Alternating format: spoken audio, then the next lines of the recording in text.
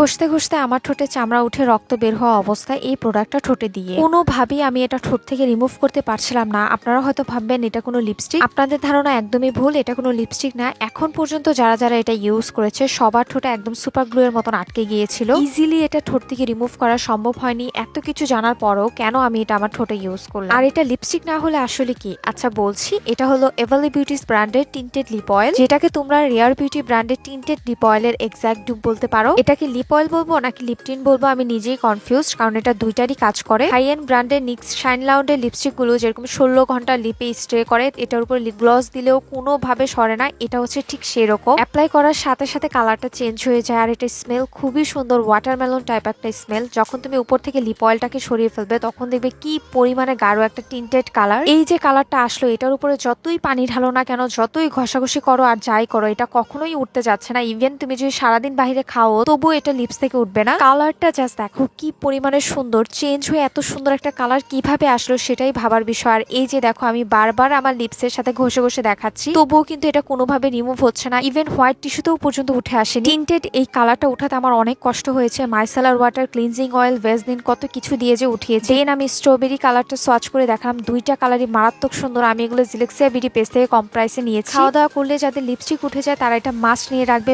Best. নতুন video পেতে আমার পেজটিকে ফলো করবে। টাটা।